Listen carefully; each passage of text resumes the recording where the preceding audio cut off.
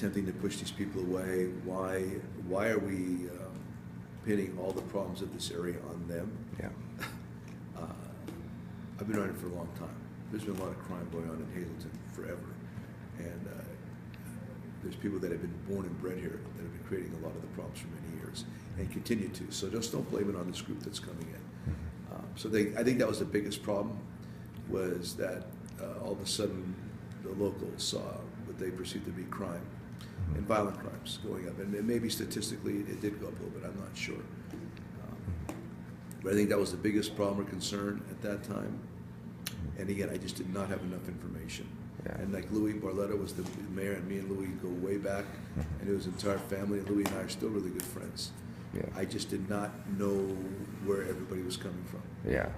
And after a while, what did you make of it after you learned more information about it? After I learned more, I could not be in agreement with everything.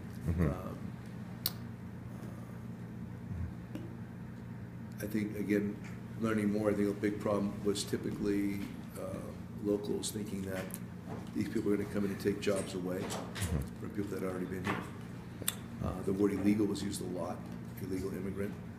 And again, that's why we went with integration project. I did not want to attach myself to something I didn't know enough about. Yeah. The word immigration, a lot more complicated than the word integration. So we chose to go with integration at that time. Yeah.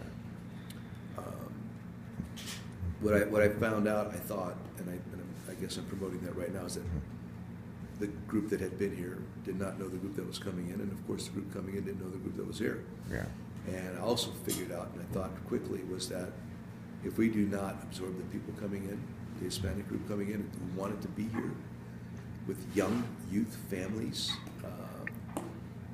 growth potential, if we did not want to utilize their abilities and absorb them into our community, that the community was going to die, because the people that had grown up here, had been living here, all wanted to move away from here. There's nothing here. There was nothing here to really make a young person want to stay here. I don't care whether you want to talk about just nightlife, social life, whether you want to talk about jobs, obviously. The arts, cultural activities, it just wasn't here. They're not here. And we needed to build them and bring them back. So I just thought what I was seeing there was a really bad interpretation on our part, the locals, regarding what can happen here if we truly pull from that same end of the rope and really wanted to try to understand one another. The potential was limitless, almost limitless, what we could bring the city back to, I thought. How have you seen it change over the years with your work with the integration project and things you've done around the community? A lot of the stuff that we've done, I think, is less obvious. I mean, infrastructurally speaking, they've done a great job just in the corridor downtown. On Broad Street, you could see the improvements. Just the physical infrastructure improvements are obvious. The difference, the subtle differences now are that the people that attend our events that I run into on the street, great job, thank you what you're doing for our hometown. And the beginning was, what are you thinking? It'll never work. You must be crazy.